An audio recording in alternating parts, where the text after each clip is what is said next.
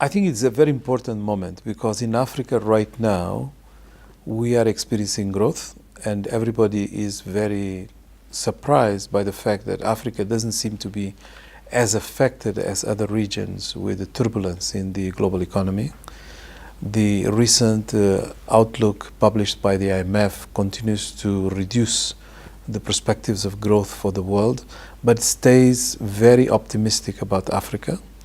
And I think it's a reflection of what is going on in terms of not just production, the fact that there is also enormous increase in trade and investment, but also internal consumption that is pulling most of this growth.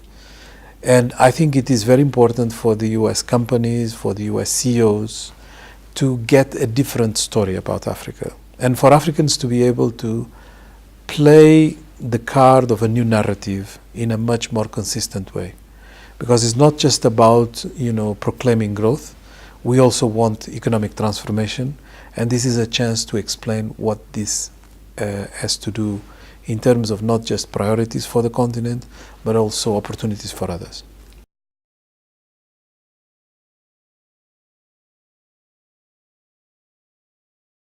Well, in terms of industries that really are going to grow very fast, I think we have certainly the transformative aspects of the continent requiring for big investments on energy.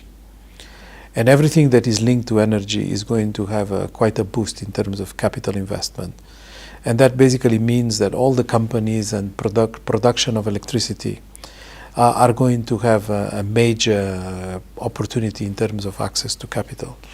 But in terms of the transformation itself in the economies, I think agro-business is the entry point for industrialization in the continent, because normally the entrants in the industrialization era always start with transforming agricultural produce. And I think that is where we are going to start in Africa as well. Enormous opportunities because the middle class is growing, which means that the demand for consumer and retail opportunities is growing as well. And I think that is why we have to invest a lot on agribusiness. Well, it's not just one country. Depending on which part of the transformation drive we are talking about, you have different examples of countries that are doing extremely well. If you say what is the best country in terms of using remittances from migrants, certainly we'll think of a country like Tunisia and Cape Verde. If you are saying what is the best financial market in terms of performance, you will think about Mauritius. If you say what is the country that is going in the biggest strides in terms of industrialization, you will say a country like Ethiopia should be featured. If you mention what countries have increased their productivity in terms of agriculture, you will think about Nigeria. If you say what country has been able to master a value chain in order to integrate much better its services and its industrial capabilities, you'll think about Morocco. So depending on which countries we are talking about, you see some characteristics of transformation. There is no one country that is the champion for everything. You may think that Kenya is the best on IT.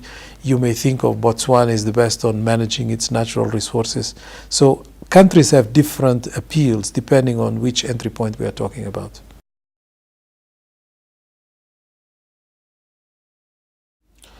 The most inspiring aspect is that it is the best return on investment. If you just compare it with any other region, Africa has the best return on investment.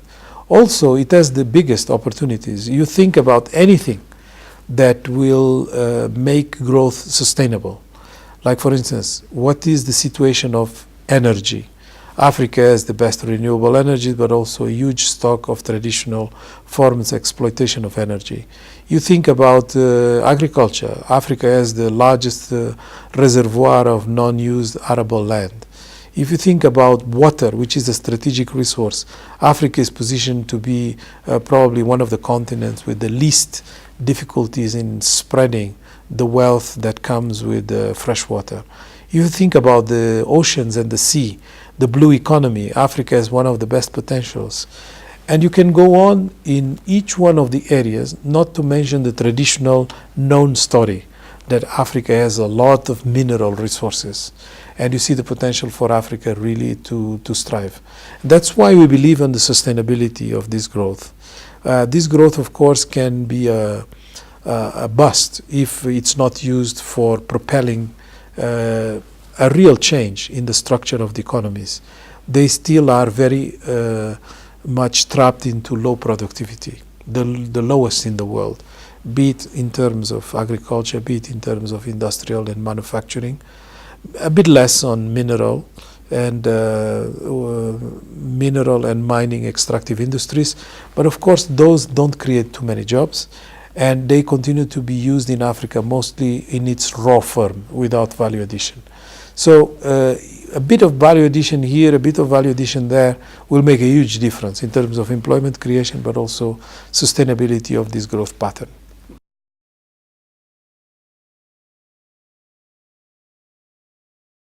Well, I think because the American companies have to wake up, we have a major growth of investment coming from the BRICS, from other countries in the south and developing economies, or even countries like Turkey.